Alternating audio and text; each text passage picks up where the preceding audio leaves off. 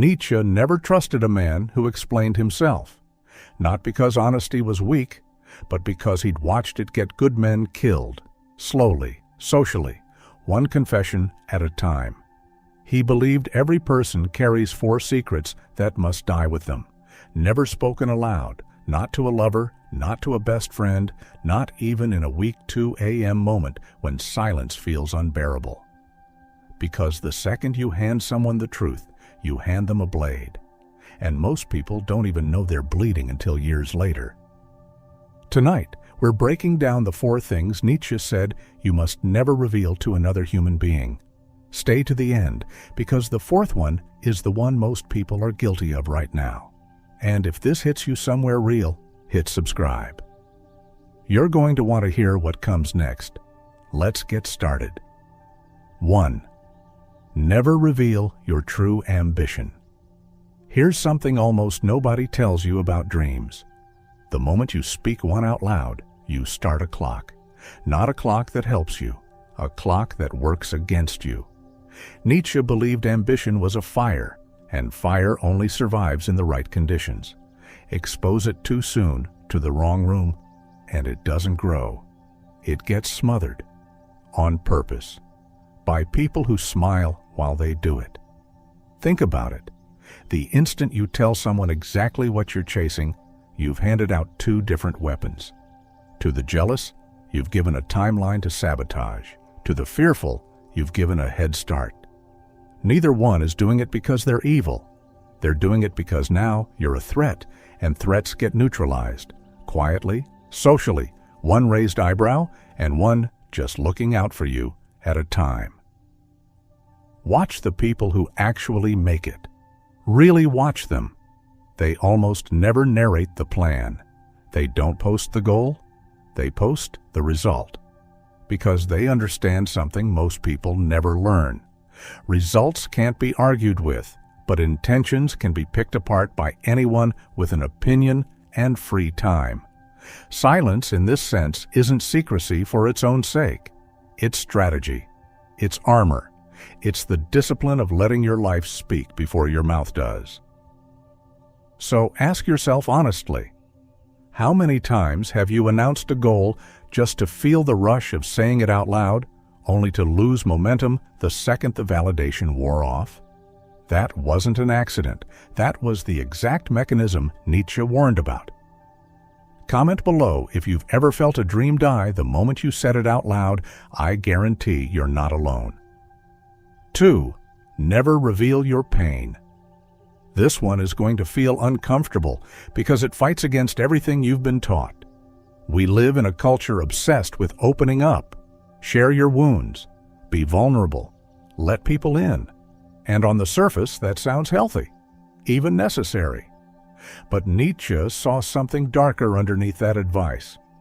He warned that pain shown to the wrong eyes doesn't heal you. It feeds something in the person watching. Think about the people in your life who only get warmer when you're struggling. The ones who text more when you're falling apart than when you're thriving. That's not always love. Sometimes that's a role they're playing. The comforter, the protector, the one who's needed. Your collapse gives them a purpose. And the second you heal, the second you stand back up on your own, something in the dynamic shifts. They pull away, not because they stopped caring, but because you stop needing them. That's not paranoia.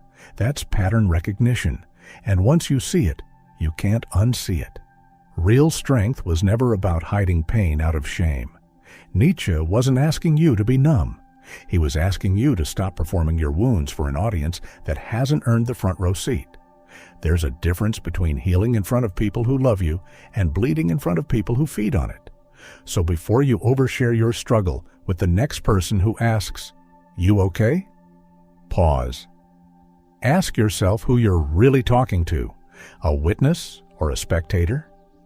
If you've ever had someone lose interest in you the moment you got better, drop a comment.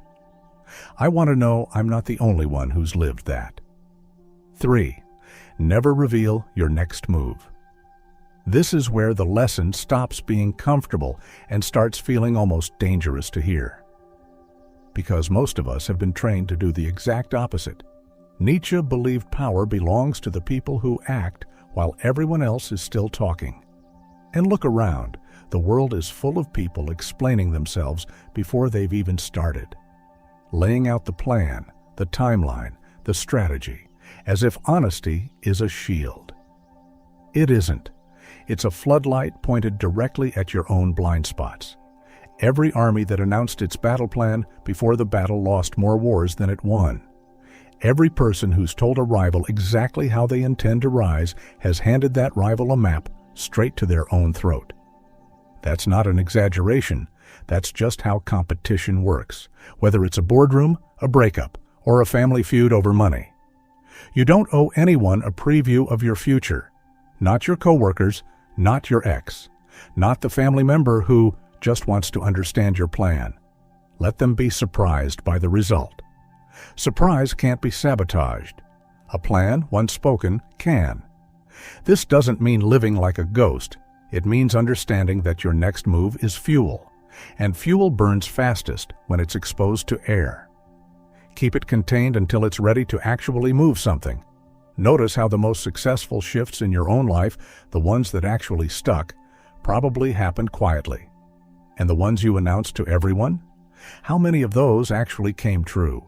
If you've ever watched a friend get strange the second they heard your plans were working, you already understand this lesson in your bones. Let me know in the comments. 4. Never reveal what controls you. And now the one Nietzsche guarded like a weapon he never wanted turned on himself. Never reveal what truly controls you.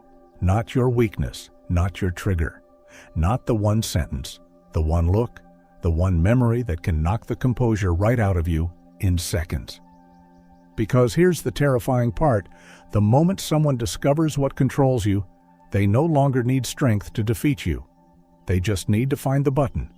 And once they find it, they don't even need to be smarter than you or stronger than you. They just need to press it at the right moment. This is the quietest form of manipulation there is, and it's happening around you more than you'd like to admit. People study each other constantly, how you react to certain words, certain silences, certain kinds of rejection, and the ones who are paying closest attention aren't always strangers. Sometimes it's the person who claims to know you best. Nietzsche's entire philosophy of self-mastery exists because of this exact danger. If you don't learn to master your own reactions, somebody else will learn to master them for you. That's not a metaphor. That's a warning. Here's the twist, though. These 4 things were never 4 separate rules. They're one law wearing 4 different masks. Information is power, and every piece of yourself you give away for free is a piece of power you've surrendered. The world doesn't punish you for being strong. It punishes you for being predictable. Have you ever had someone use your own weakness against you the moment they got close enough to see it? Say it in the comments, because that memory is exactly why this lesson matters. So what do you do with all this? You don't become secretive out of fear. You become selective out of wisdom. Hiding comes from weakness. Protection comes from mastery. The strongest people you know aren't cold. They laugh, they connect, but there's a room inside them the world never enters. Your dreams don't need an audience to grow. Your pain doesn't need witnesses to heal. Your weakness only needs to be known by you, and the version of you strong enough to conquer it. Power was never loud. Power is never fully revealed. Subscribe. Tell me which point hit hardest.